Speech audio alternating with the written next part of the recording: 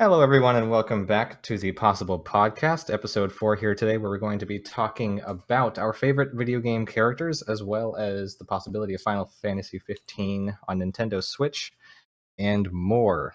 Today, we have a bit of a shorter crew. We're missing Heather, but we also have myself, Firefang, as well as X. Hi. And Katza. Hello. We will try to fill in the blank spots with as much talk as we can, but it's maybe a bit shorter of an episode for today. So, like I said, we're going to talk about our favorite video game characters to start off with. Now, this can be somebody who's even just mentioned. It can be a protagonist, it can be an antagonist. It can even be a character who has started off in something else, such as a movie or a TV show, and maybe you just happen to like the video game iteration of this character. Be anybody you want. So, I didn't even think about antagonists. Oh yeah, be anybody. Oh man, so many more choices. Okay. What do you think, X? You got one? I forgot about that. I think I got one, but before I answer, I just want to go ahead and say that the people in the chat can also give their own opinion, because I haven't seen anyone in the chat answer the question. Yeah, absolutely. Oh yeah, that would be fun. I have it so I can actually see chat now, so you guys can throw up your opinions. We can bounce off that too now. But yeah, I guess I'll just go with my first. Ooh, but then there's that one. Yeah,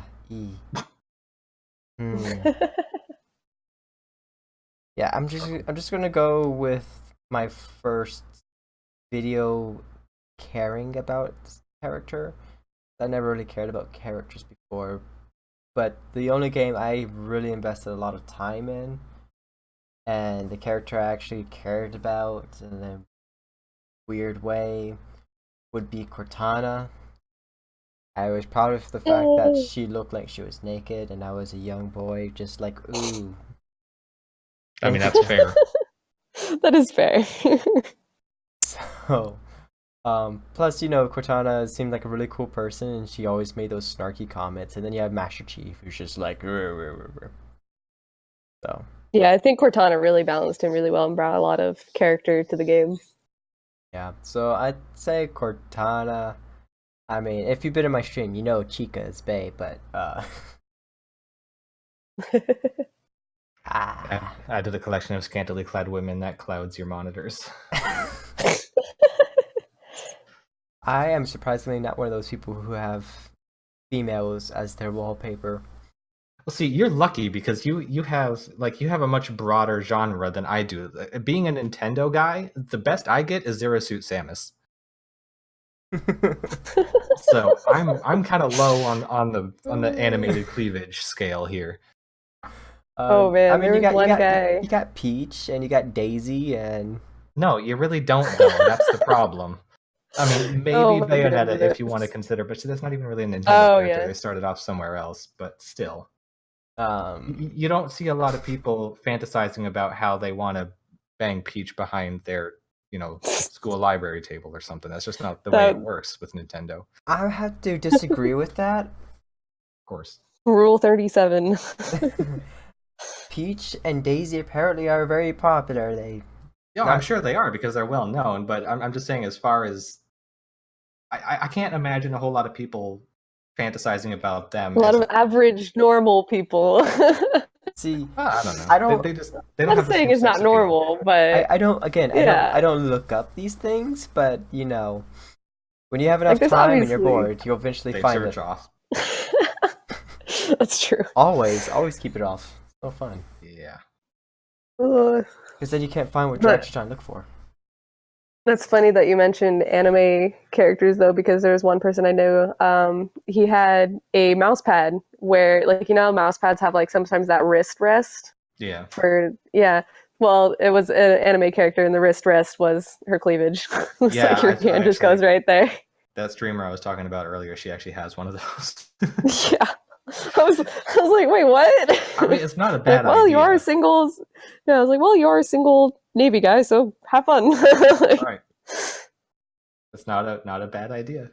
What was Zud referring to about lightning from FF? Oh, Final Fantasy. The character named Lightning. Just type in the... Lightning is really cool. Oh, I've never played the game, and I hear that. Do I need the character... open up my Chrome. Oh, Your Chrome, like why? Oh, she doesn't know that, does she? All right, never mind. No, there's a story behind this that we're not going to get into here. Okay, another time. Okay. She's cool. I like the pink hair. Yeah, she looks like such a badass, but from what I hear, like in practice, she's kind of falls flat. Nah, she doesn't look that powerful. Maybe that's just Yeah, me. like she'll. Well, like when you watch like the trailers, like the way she like runs around and with her guns and shooting stuff, like she really pulls it off. But then once she starts talking, it's like, "Hi, I'm trying to be Cloud, except I'm not." And it's like, okay. We'll go ahead and move on to Access. Yeah. So yeah, this favorite character. It's so hard because there's so many good ones. And then you said antagonists, so I was like, oh crap, there's probably a bunch of those too. That got it, Fang. You're causing us to. Look, I'm just trying to broaden your minds to the possibility of every character you've encountered in the past. All right. Well, so I tried to narrow it down to recent characters that are my favorites, and even that is hard because Destiny 2 just came out, and one of my favorite things about it is the plethora of phenomenal characters that I absolutely love. Because you have Failsafe, who, like I said, is kind of she feels like a play on the whole Cortana AI going bad, and so it's Bungie's take on if an AI went bad, and it was hilarious because she's got split personality and stuff. It's really goofy. And then you have all sorts of characters. I could go on forever. But I decided my favorite recent character is probably Cade 6 right now because he's just hilarious, and I play as a hunter, and he's a hunter, and chickens and shenanigans is great. Chickens I would elaborate on the chickens, but I realize that a lot of it is a spoiler, and so if anyone listening wants to play the Destiny 2 story mode, it would be a spoiler. But it's really funny, so look forward to that. Chickens. That's all I'm gonna say. Yeah, I didn't pay enough attention to the storyline in Warframe. At like some point, I just completely zoned out and decided just to complete everything and become powerful. Oh yeah, which a lot of people do, but D2 does have a lot more cutscenes and stuff, and it's a lot easier to accidentally get pulled into it. Well, if they can pull and plus, me you can't in. miss the chicken thing. You can't miss the chicken thing. The chicken thing is great. Like even if you're not paying attention, it's great. Okay. Chickens are wonderful. It's one of those things where you'd be like, "Wait, what's happening? Oh, what?" Anyway, speaking of chickens, which was making me think of Minecraft, Zudnock said his favorite characters is Steve and Alex from Minecraft. There's a lot of character depth to those particular people. Didn't they do a story mode with I forgot the name of the people who do the stories. Telltale. Oh crap! Telltale Games. Yeah, Telltale. Are they in that? I don't think so. I think that's kind of a separate thing. Oh, okay. I don't know much about Minecraft. I watched like 10 minutes of it and decided I didn't like it. So. Oh, and Ember from Warframe. It's been a long time since I played Warframe. I don't remember Ember. Is Ember the one that kind of looks like a squid head?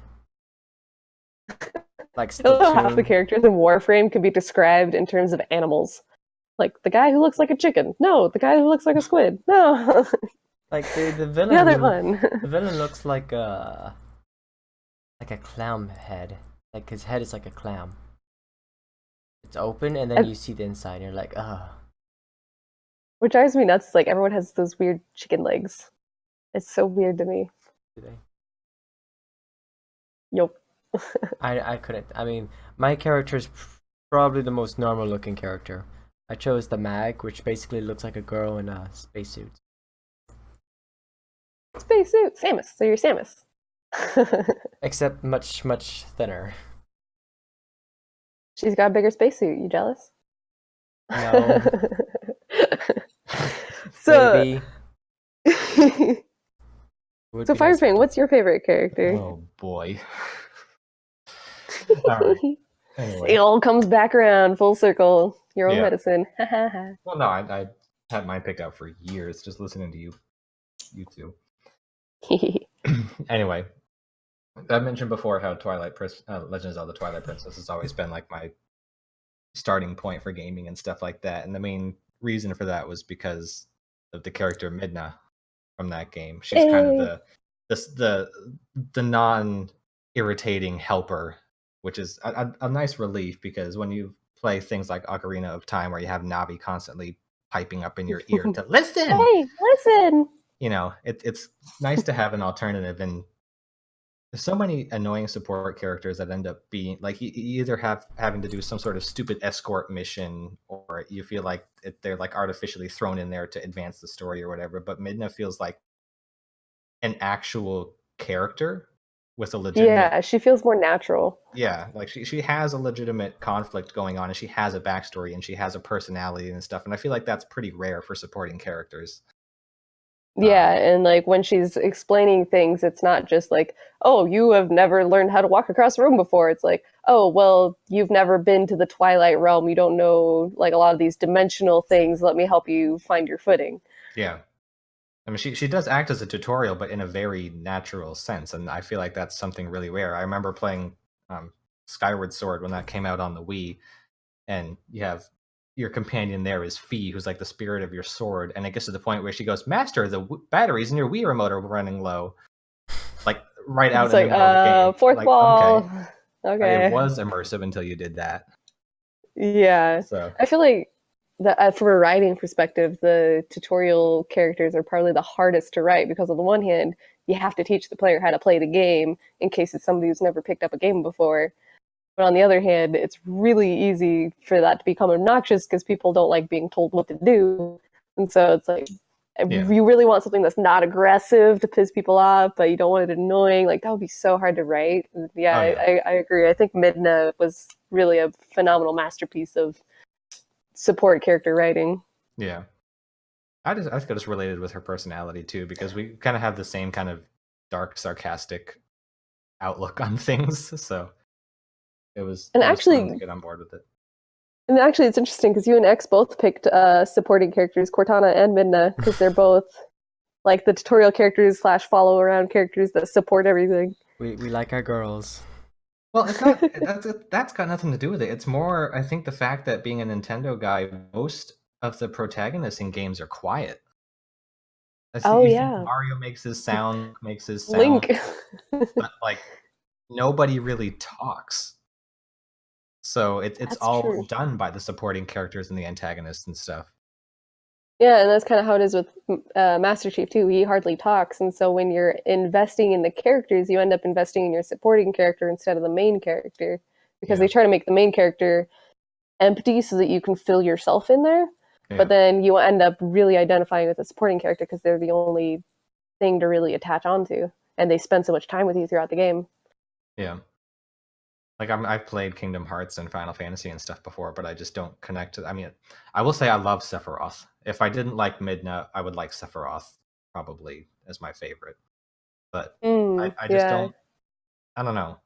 The other character, like a lot of other main characters, seem like the same character in a different skin to me. I think, which is why I don't connect with them. yeah.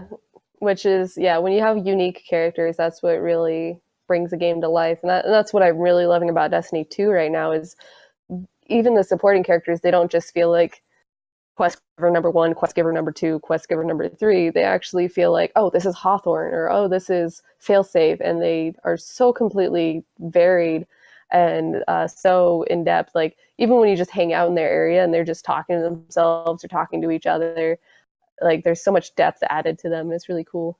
Yeah, it's So nice. Zudnox says Midna versus Fi. Who would win? You choose. Fi doesn't do shit.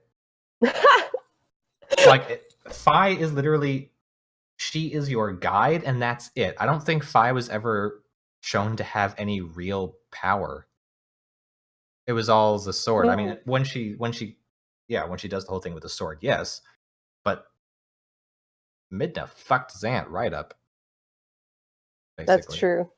Like she was, when she did that. I forget what that form was called when she turned into the big six-legged thing and stabbed the giant Twilight spear through the barrier around the castle. That was insane. Like she messed that Yeah. castle up. So Yeah, I don't remember Fi ever really doing anything. Just But- perched on the shoulder. I mean, yeah, you remember Midna was transporting, entire stone bridges and lava bombs and stuff like that across Hyrule. So I feel Yeah, like and she has a lot even more actual power. yeah, and even Cortana too. You think about it; she's always hacking stuff or like working on things. She's like integral to the team and making stuff happen. I think that's another thing that makes those characters stand out. Yeah. Nah, just the fact that she was in my child mind naked. Just boobs. Really. Yeah, Just but boobs. She was an attractive hologram. That's all, with a nice voice. yeah, and I'm sure that's true for like half the male population who's fans of Cortana. But there's also, I feel, the other half of the population who actually likes Cortana as Cortana because she is still a popular character. Her personality was nice. She had the sass, and she Personality meaning boobs. She. Sassy. She had the. She had a very big personality. But very well rounded. Right. Well proportioned. She had the comedic relief. Yeah, which is my favorite thing about Cade. He's like room full of serious people. He walks in and all of a sudden shenanigans. It's great. Like okay, in the first game, I don't know if you guys saw the trailer, but like there's a scene in it was a Taken King, and there's like the serious like Vanguard people, like the Warlock and the Titan. They're like, okay, we have this big old threat, and then they have the Eris Morn, who's like the advisor on the Hive or whatever, and all these deep dark secrets. And they're like, okay, we have this big thing, and what are we gonna do about it? And then Cade, the Hunter Vanguard, walks in, and he just like steals Eris's floaty artifact thing off the table, and Eris looks at him like, the heck are you doing? And he's just playing with it like, oh, this is cool, this is neat. He's tossing it in the air, and he's like, yeah, what's the problem, guys? Oh, whatever, too much talking, I'm out. He like tosses the thing back on the table and leaves. It's like, what? Yeah. There's not a lot of characters that provide good comic relief, so it's nice when one nails it. Exactly. I think that's one of the reasons I like Midna as well, is because think of another Zelda character that's actually been funny. There's not one. I was going to say, That's my point. Oh, man. Bang. Hi. Wolf Link or Skyward Sword Link? Wolf Link? I would say Wolf Link, too. He just looks cooler. Skyward Sword, for me, was not that good of a Zelda game. Like, it was a good game in its own right, but looking back at it compared to all the Zeldas, I played every Zelda. That one to me is the least Zelda-like to me. So they did things right. That game probably has the best motion controls of any game on the Wii. And Girahim and Zant are probably, in my opinion, the two best antagonists of the entire franchise. But yeah. I don't know. I didn't have a whole lot going for if I play this, is it Twilight Princess that he turns into a wolf? Yeah. If I play Twilight Princess, I could turn into a wolf? Yeah. Why hasn't anyone told me this before? Dude, how many times? Remember? Okay. No one told me I could turn into a wolf in a video game. I fucking told you. That's why I bought the game. I didn't know he turns into like full out wolf. I thought it was just some weird like Sonic, like a werewolf, like Sonic werewolf Sonic. Not a fucking werehog, whatever the hell they call that stupid ass thing. Man. No, he legitimately turns into a Twilight wolf. I it looks so cool, and it's so satisfying to play as too. Because not only does he look cool, but the mechanics of how you play as him is really satisfying too. It's really good. Remember I showed you when I was playing around underneath the map a few days ago. Yeah. It was that game. I literally could have pushed a button on the gamepad and he would have transformed. I wish he'd fucking said something. Zednak is dying. He's shaking his head at you, X. He's like, what? Voice bar you talk about my screen. You talk about like Twilight Princess, but there's been no mention about him becoming a wolf. Okay, I will have to literally like sit you down one of these days and just go through each button on the gamepad and show you what the fuck happens in that game. Like, I don't want to press too many buttons. Just make him play it. Just make him play it. It's a great game. It's worth playing. Fantastic. And I have the amiibo too, so you can look at the amiibo. It's over Oh there yeah, the somewhere. amiibos. But, okay. Halo Let's move on to- Spartans or Destiny's? What?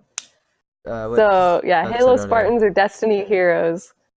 Just straight up shooting wise, they're pretty similar, but I would go for Destiny's Heroes just because there's that added RPG element where you get the magical abilities, like you get void, bow and arrow, or you just get to rain fiery death with a sword, and you don't get that as a Spartan. You can just jump really high and punch things really hard. So my vote is on Destiny Heroes. It's like new and improved Halo Spartans. See, I was looking this up to get the idea. When I typed in Destiny Heroes, I got a whole lot of random. Mainly Yu-Gi-Oh! It's like, or just type in Destiny classes. That would probably bring up what you're looking for. I It'll found a way show to up make the chat work. 3 different. Sorry. make a let's play. Oh dear. It would be Twilight. like it'd be like a let's play with Fang backseating. Yeah. That's what makes Let's Plays fun, in my opinion. Like, it's way more fun to watch a Let's Play if somebody's like, no, you're doing it wrong. Ah, no, what? I mean, I played that through that damn game so many times. I still forget where to go sometimes. There's so much to do. Because there's Outside Xbox is one of my favorite channels. My husband and I watch them all the time, and their Let's Plays are one of the few Let's Plays I can actually sit down and watch a whole thing, because one, they actually edit it, so it skips around, but it's only the good bits, so you don't have to watch them walk across a map. But on the other hand, they always have one person playing and one person watching, and either that or they rotate through. But it makes it way more entertaining, because instead of just sitting in a vacuum, they're talking to each other, they're picking on each other, like, wait, what do you do? No, like, get that thing. No, I would be giving him shit nonstop throughout the entire playthrough. That's just what I do. And people find that sort of interaction entertaining. I mean, once we actually have income, I'm getting a capture card, and we will be playing console games. So That's the nice thing about a lot of the new consoles, is that you don't need a capture card. You just stream from the console. yeah, I do want to do a lot. Does of Switch do games, that? No, Nothing Nintendo does that Oh, yet. bummer. Nintendo. That would be great. They're really, okay. really picky about their content sharing thing. So. Yeah, that's true. Like, I forgot, somebody else recently tried to do a Nintendo type thing and they cracked down. And I was like, yep, there they go again. Yeah. They back off. What they do is if they're coming out with content and then they feel like something out there is going to potentially affect the sales of that, they'll take it down. But typically, if it's not going to affect it, they'll just leave it alone. And okay. even sometimes, even if you bring it up again a few years down the road, they'll just let it happen. Yeah, which I think this was a Nintendo 64 mod, like where somebody recreated. Online. Yeah, and so apparently either they're planning on doing something with it, or they just don't like somebody else making money off Super Mario Odyssey. The new 3D Super Mario coming out is touted as being potentially the best Mario game of all time. Oh yeah, everyone keeps going on about it. It sounds so good. So they don't want that to take away from Odyssey. But they want people to be left without a Mario game, so that they'll be like, I guess I'll try out the new Odyssey game. They don't want people to get a free version of it, basically. Which exactly to extent, I suppose. Yeah, like from a business perspective, it makes sense. Yeah. All right. How about news, huh? You want to get on to that? Sure. All right. What do you got, X? Okay. Ready. All right. Ready. Because I'm extremely excited about this, and I am going to send this to Nova Wolf right now, because this thing is awesome, and I want to go here. So this is a place that involves gaming. All right. Ooh. It is a luxury hotel in Taiwan, designed to cater specifically for gamer couples. Oh, I'm looking at some of these pictures. Yeah. You get a, let me scroll down to the equipment they give you. So in your room, you get a i5 7400 processor, 16 gigabytes of RAM, and a GTX 1080 Titan as a graphics card, with a 55-inch TV screen in every room. And I don't know, it doesn't say here in the size of the monitors, but looks I'm just thinking of people like to steal pillows. What do you think somebody will do if they get in that room and just like, oh, I'll just unplug this and walk away? Yeah, these computers alone are like 4 or 5 times the price of a normal hotel room. And the hotel Yeah. to stay at this place is $100 a night. Well, only 100? Wow. Well, I guess Yes. it is Taiwan. I don't know what their And rates are. this is a 5-star hotel. Jeez, yeah, these pictures look phenomenal. They even have like, what is this, like a conference room where you could That's if you have basically bigger groups. Yeah. have Overwatch team tournament match off. Like, that's Yeah. insane. It's 12 computers all lined up. I just They have DX Racer chairs. Yeah, that's That's that's kind of cool. That's I don't like. that's considered the Really? best gaming chair. Those are literally actually the most uncomfortable thing I've ever sat in my life. I don't like know. them. When I was at PAX, I'm pretty sure it was DX. They had a bunch of chairs there, and like one of them I sat in, it was like heaven. It would fit my back perfectly. But I sat in another one, and it was like you said, it was completely uncomfortable. But the difference was the way they were built and set up, and the way they set up like the pillow supports and stuff. They're designed per body type. So if you're sitting in a chair that's not designed for your body type, it will be completely uncomfortable. But if you sit in one that's for your body type, it is amazing. Well, maybe it's just because I'm a bony little fucker then. Yeah, because my husband did not like the chair I sat in, but he liked a different one that I could not sit in. I was like, nope. Yeah. So it's interesting how customizable those are, and how when it works really well. So that's so cool that this hotel has those. Yeah, I really want to go there now.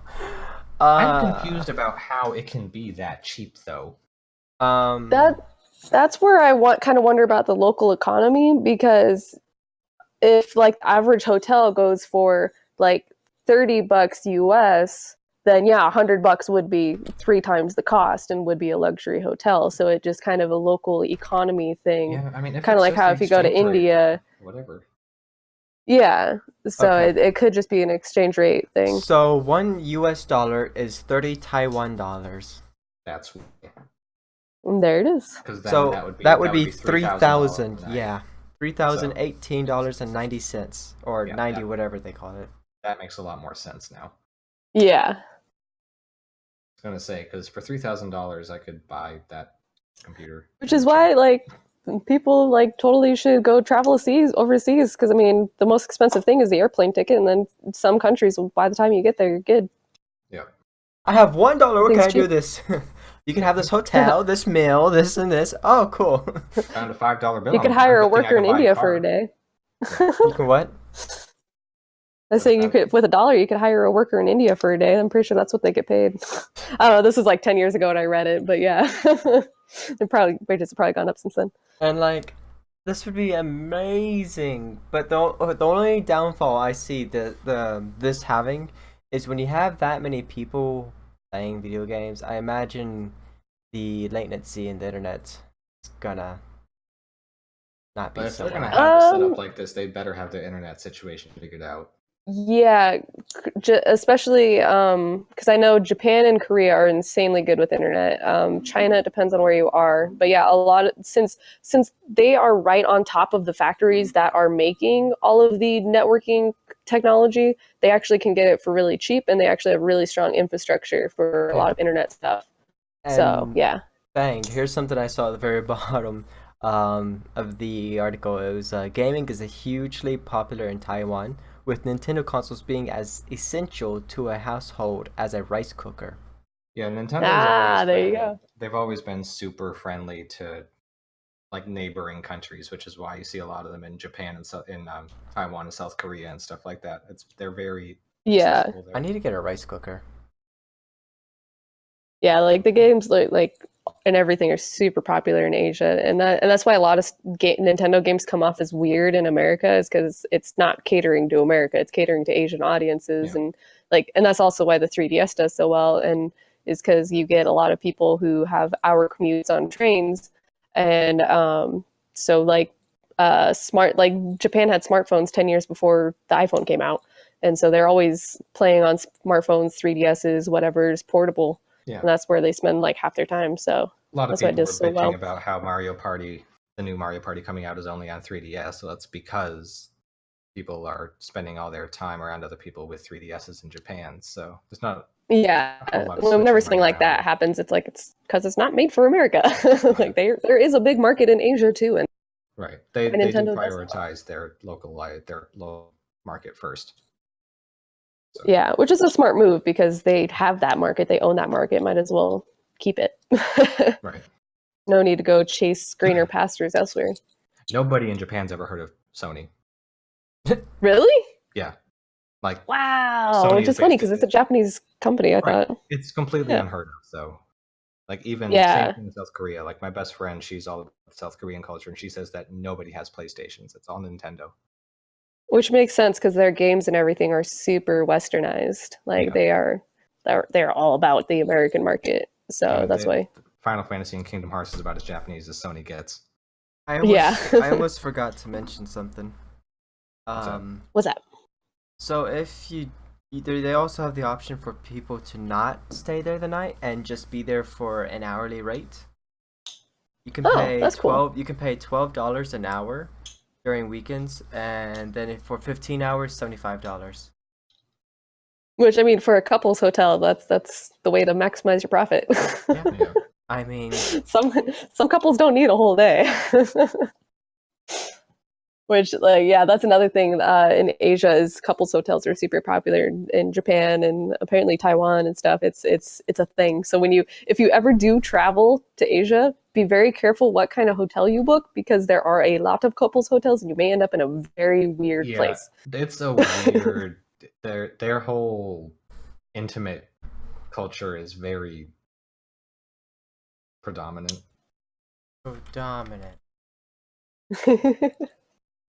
I'm looking at Taiwan culture right Which, I mean, now. I'm actually surprised those kinds of hotels haven't kicked off in America because, well, like, on one hand, I'm not, but on the other hand, like, Americans use hotels for the exact same reason. I think the only reason why we don't have those kinds of hotels is because people don't like to admit it when they go to a hotel for those reasons. Are used for business trips and banging in America. That's just the way things work here.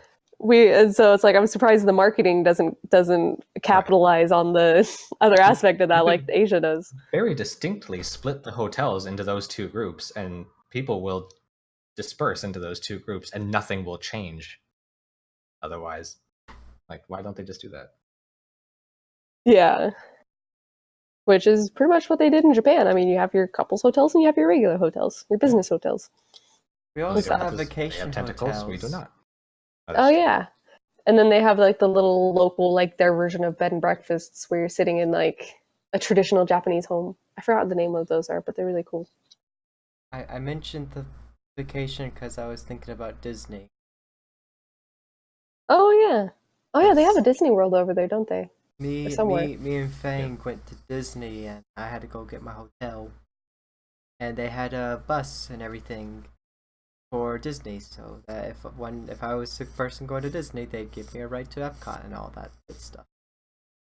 Yeah, when my first trip to the East Coast was actually to Disney World, and I have to say, yeah, Disney has a really good infrastructure for taking care of tourists and like, getting, like you said, getting the buses from the hotels to the places, and they just have everything so streamlined. Well, it wasn't Disney's bus, it was the hotel, I think. Oh, it was the hotel. Oh, okay. Well, I stayed at a Disney hotel, and man, they have everything integrated like crazy. It's amazing. Yeah, I mean, how long were we monorail hopping for? Like an hour? Oh, you mean like near the end where I was treating the entire monorail? We had nothing to do, so we were just hopping on and off monorails and just going back and forth. We didn't even like continuously hopping. We literally sat in one, and I just treat like a playground.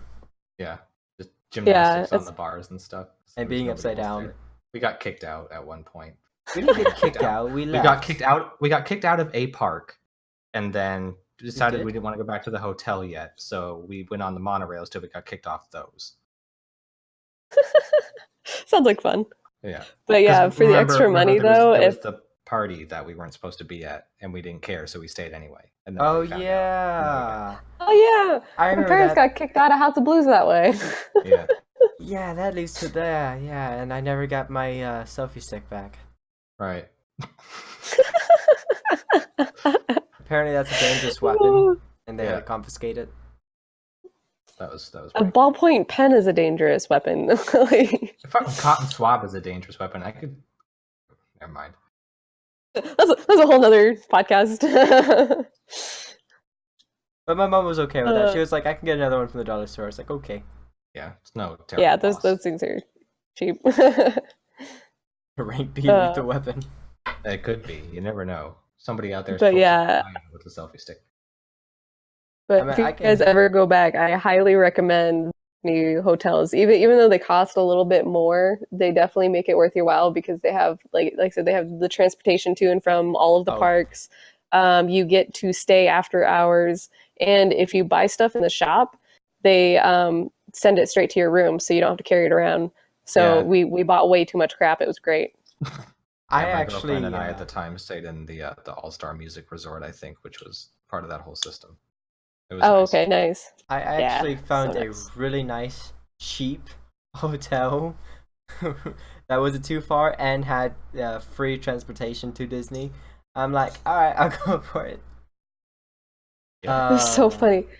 When I was first visiting my husband, then boyfriend on the East Coast, because he was stationed over there, his dad, my father-in-law, was really keen to help me set up my travel plans and do it really cheaply, which I don't even know why I agreed to it because my dad travels all the time and I've traveled all the time and I know how to set up my own plans. But like I like just new girlfriend. This is future father-in-law. I was like, okay, and for one, he had me traveling all over the place. Like I had like 3 connections and like I had to take a bus to get to a train to get to a thing this was my first time to the east, or no, my first time to the northeast coast, and so I had no idea where anything was, and I'd never ridden a train before, so it was insane.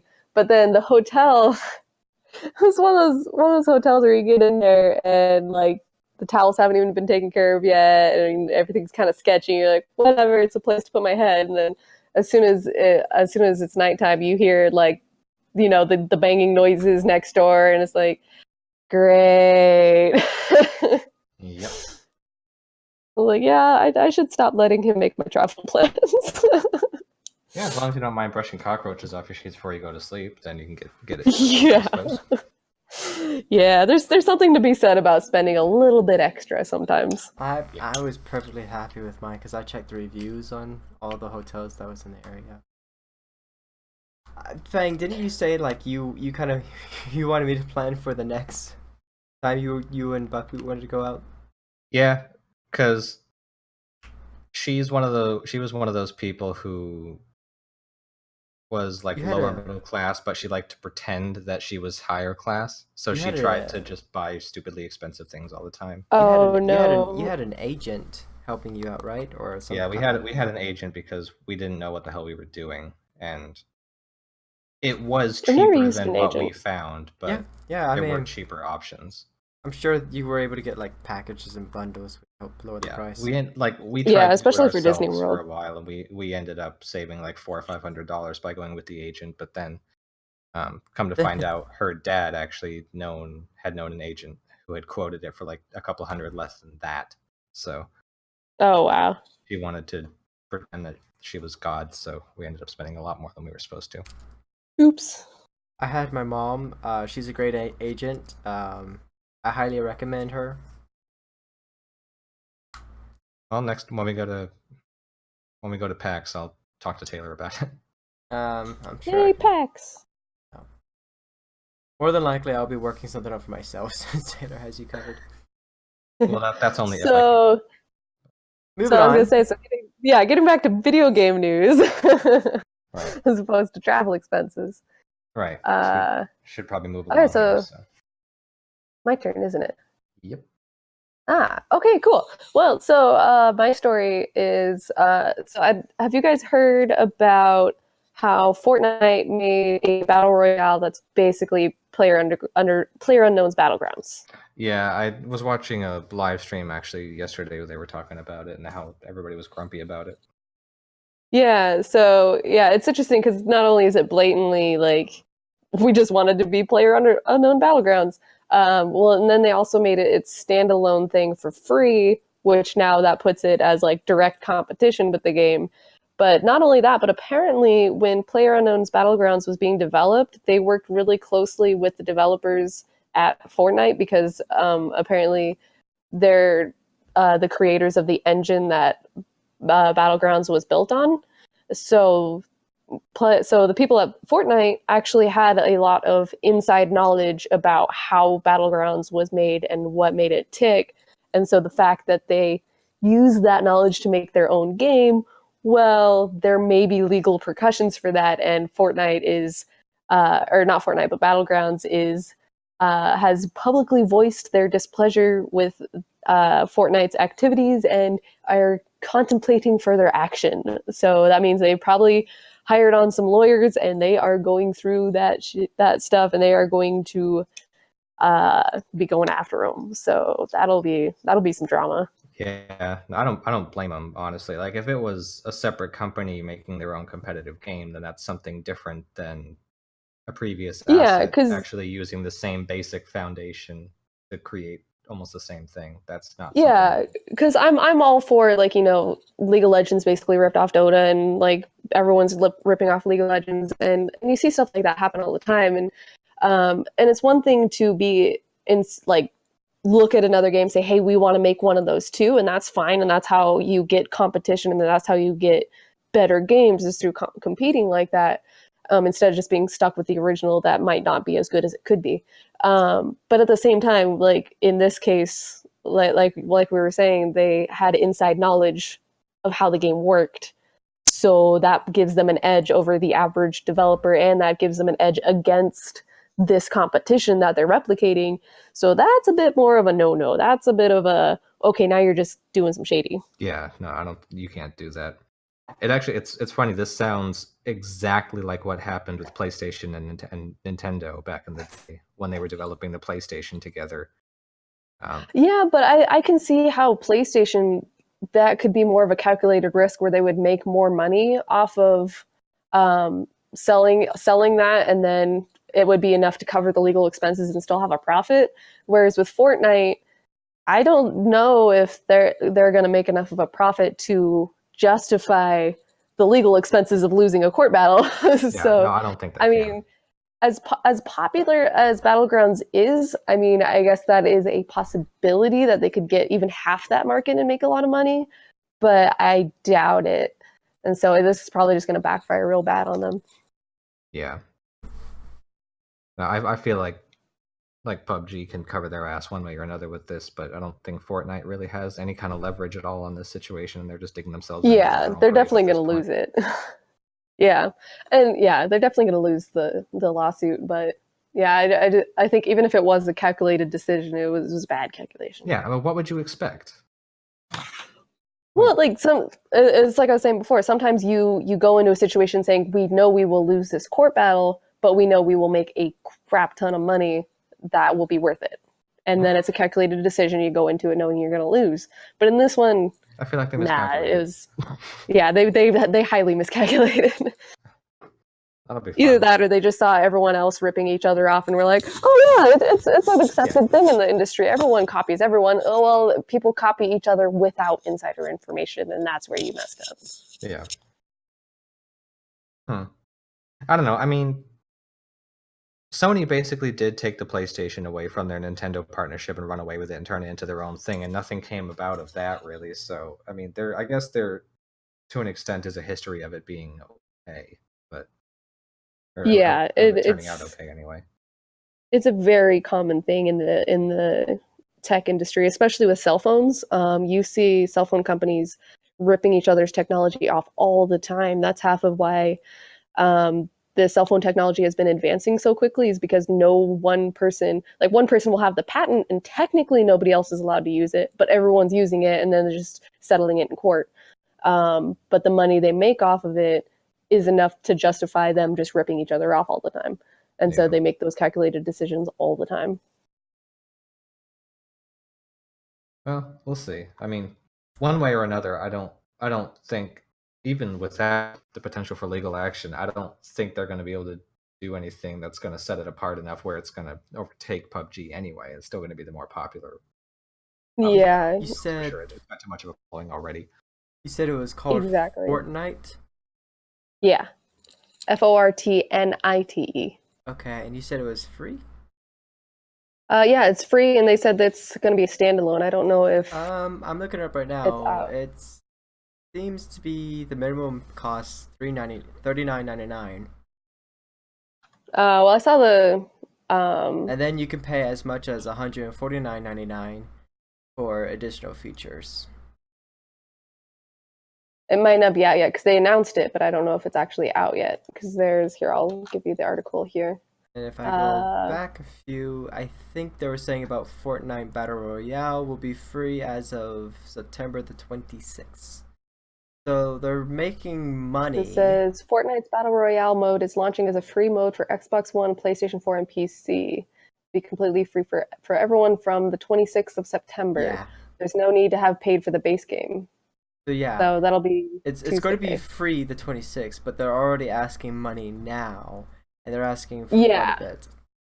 Yeah, when it first came out, it was like part of the game, and then they announced, okay, we'll make it standalone. It'll cost a little bit of money, and then this final step, they said, no, it's going to be free now, and that was when PUBG stepped in and was finally like, okay, whoa, now you're just straight up competing with us. Like, it's one thing if it's a fun little DLC attached to your game, whatever, but now you're basically directly going after our market. Yeah. And plus, the graphics to it are completely different. They look a lot more animated, kind of Overwatch feel for it. Yeah, which I could see how that might appeal to some people if they don't like the way PUBG looks and they just want to play the more animated Overwatch style. And see, I would much prefer... There's still possibility. There's still potential. But I would much prefer the PUBG, whatever you call it. PUBG? PUBG. I would much prefer to play that realistic feel for it if I'm going to play a game where you're trying to fight other players in a survival aspect. Yeah, but I can see how, if you're already a fan of Fortnite and you've been playing it for a while and you know that gameplay and everything and you're looking for something new, or you've been thinking about PUBG but you don't want to learn a whole new game, well, now here's a version that you can just jump into without having to learn a new game, new schemes, new maps, or anything. It's Fortnite, and so if you like Fortnite, you can easily transfer over. I've never even heard of Fortnite until just now. I have heard of it a lot, and I haven't really gotten into looking more into it, but a few people I know are all about it, and I was like, really? There's a big community for this? They're like, yeah, haven't you heard about it? And I was like, no, I haven't. Okay. It's funny how their little pockets spring up like that. Yeah. That's like how millions of people are playing League of Legends, but some people have never heard of it. It's like, oh, well, you never know. Yeah. How did you not know about League of Legends? I know, now it's actually getting into mainstream news, so now it's getting harder and harder not to know. Yeah. Well, that'll be fun to see how that turns out, I suppose. Yeah. Drama. Drama's fun. Yeah. Okay. Right. Oh yeah, there's a Zader derp emoticon, that's awesome. Yeah. You can use it if you're a sub. Or if you're the owner. Or if I can type it in properly. Nope, I didn't type it in right. Only subs can use it. I thought I'm a sub. Well, if you are, then you can use it, but you made it sound like you weren't a sub. No, I am a sub. Okay, well then yeah. There's just a lot of X's, and I'm like, oh, there's no R. There's no R. Okay. You should be able to see it if you click the smiley face. You should be able to see that you can use it there. That's what I was hovering over it. Oh, I was hovering over Zednox and I was reading it and I was trying to. Nope. Oh, maybe it's not working. I don't know. I'll have to look into that later. That's cool though. I'll have to play with that. Yeah. I've tried typing in lots of time. It's not easy. You have to do caps. Capitalization is important. That might be where I'm messing up. Anyway, Feng, did you have news? News and stuff. Yeah, so a little while ago, a few weeks ago, the director of Final Fantasy XV was kind of hinting that they were thinking about trying to put Final Fantasy XV on the Nintendo Switch. Which is a bit of a tall task, because it's another one of those giant open world games that are meant to be hyper realistic and very very, real feeling and stuff. And Yeah, because they have an open world game with the Zelda game, but it's not as hyper as the graphics aren't as realistic as Final Fantasies. right. So there was talk about, because they announced working on it for Switch as well as a Pocket Edition and a PC version all at the same time. So the consensus Yeah. was going to be that they were going to put the mobile version on Switch, which people were Yeah. pissed about, because nobody who likes Nintendo likes to admit that the consoles are underpowered. Yeah. So, they think it's insulting to throw a mobile game on the Switch, which is completely understandable. But But at the same time, technology, you gotta. yeah, I mean, Yeah. it's built to run a certain engine in a certain way, so the game is more than capable. You can put any game on PlayStation 4 or Xbox One on a Switch. You just have to use a different engine or rework the code. It'll run. It always will. Yeah. But they were trying to avoid that, and unfortunately, the director was saying that with the current engine it's on, it will not run to its full potential on the Switch. And they apparently are in very serious, I think the word he used was frank. They're in very frank talks with Nintendo right now about, because Nintendo feels the same way. They don't want some cheap ass mobile game on their console. They're in very frank talks with Nintendo to try to figure out if there's a way to put the fully realized, fully capable version of Final Fantasy 15 on the Switch. Which Oh wow, that's if interesting. they do it, is going to be fantastic, because I watched my girlfriend at the time play about 60 hours of that game, and that's probably one of the first Final Fantasy games that's actually my style of gameplay, with the big open world and the real-time combat and stuff. Yeah. That's not it's Yeah. like Final Fantasy has always been kind of turn-based. So I'm really Yeah. excited It's about this to really cool. see how it's going to go, but I'm also kind of nervous in a sense. Yeah, it's really interesting, and I think there's a lot of different factors at play. Like, and one thing too is recently, like I think we were talking about this last week with Doom went on Switch now, and everyone was really worried about it because it's not as big as Final Fantasy. It's not like a huge open world, but there's still very intensive graphics. Very the shooting is so quick, and everything relies so much on timing that you can't be dropping frames or doing anything crazy like that. And so you really need the console to run well in order for the game to work. And from what I've heard, the game runs beautifully. And Yeah. a lot of people are surprised or not surprised, but either way, it's like, okay, this is a proof of concept. So far, so good.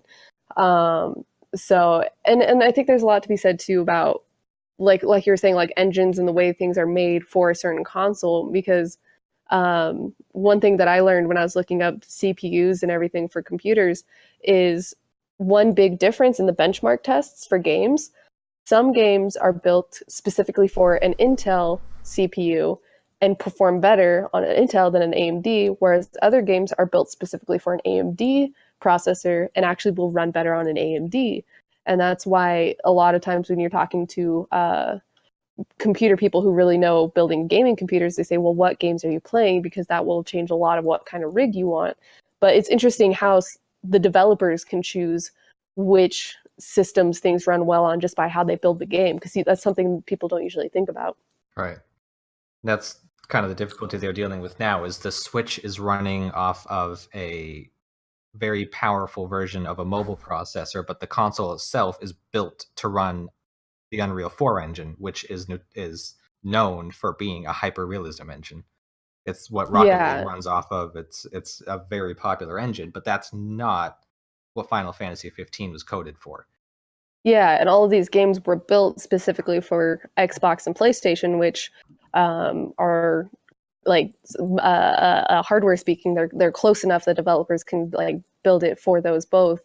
But then, and that's why you see a lot of games that don't make it to PC or vice versa, is because there's a whole different set of steps involved to say, will this even run on that? And so to go in the completely opposite direction from PC console over to like a beefed up mobile platform basically is like, we have to completely rethink our code base, and will this even work? Yeah. And so it's interesting how this is a whole new world for the developers and everyone to kind of rethink the way they're developing games. Yeah, and I think they'll be able to do it for sure. I mean, if you've Oh seen yeah. some of the stuff that was put on the Wii U, which was massively underpowered compared to the Xbox One and the PS4, they still managed to pull some pretty impressive stuff out of that. It's definitely possible, and the fact that when you think of how powerful the PlayStation 4 is, and the fact that they just literally ported the game onto the Switch, and all they said was it didn't meet its fullest expectations. From what I understand, it actually almost ran consistent at 30 frames. It Yeah, just and from what I averaged heard, around like like 26 if to 28, so that wasn't quite where they wanted it. yeah, but from what I heard, like, you look at the benchmarks and the benchmarks say, okay, it underperformed, but when you're just playing them side by side, you don't notice it. It's like not within human perception to really notice unless you're Right. like hyper focused and looking for it. Yeah. And so gameplay wise, it's really no different at all. Typically, from what I saw, the things that were posing problems were when it was loading vast environments or when there were a lot of entities and actors on screen and stuff, which is normal, obviously. Yeah, even Destiny 2 has been started doing a little bit of that, which is surprising because Destiny normally handles that stuff phenomenally well and usually doesn't do that. But Yeah. if even something as masterful as Destiny's networking system has struggled with that, like yeah, any game will struggle with that if you're not specifically building it for a thing. Yeah. I think it'll just be a matter of having to fine tune it for the console, but I don't think there's any. I think it'll run fine. I don't think there's any Yeah, worry. well, and that's the whole thing too, is convincing the developers to do it because I feel like, and I might be stereotyping here, but I feel like in the development community and even in a lot of communities, you get to working in a certain language and on a certain platform and in a certain way where you know everything and you understand everything and it's really easy to knock out a game and you get comfortable with that. And when you try to tell somebody, okay, we want you to switch into a completely different environment, there's a lot of resistance. It's like, no, that's a lot more work than what I want to do, and that is outside of my comfort zone. I don't want to completely relearn my job just to do this other thing, which ironically, development you do have to learn all the time, but when it comes to switching platforms, there's a lot of resistance. And so it's more of a matter of convincing the developers that this is worth your time to put in all of those hours to port this over, which is why you get some studios that don't do ports. They don't cross compatible things. They just like making one game for one system. Yeah. And so it's more of a, to me, it's not so much of a technical aspect that's going to be the problem. It's more of a people aspect of, will you be able to convince the people to put in the time Right. and the work? We're gonna have to wrap it up. Oh shoot, yeah, we are. Yeah. Time is Stuff to fleeting. do, but Yeah. I'm sure we could talk about this for days, but yeah, people do have stuff to do, so we'll wrap it up there so everybody can move on with their lives and such. But thank you guys for showing up. That was lots of fun as always. Yeah. Excuse me. We'll be back next week with more of the same. And until then, we will see everybody next time. Bye-bye. Bye. Have a good one.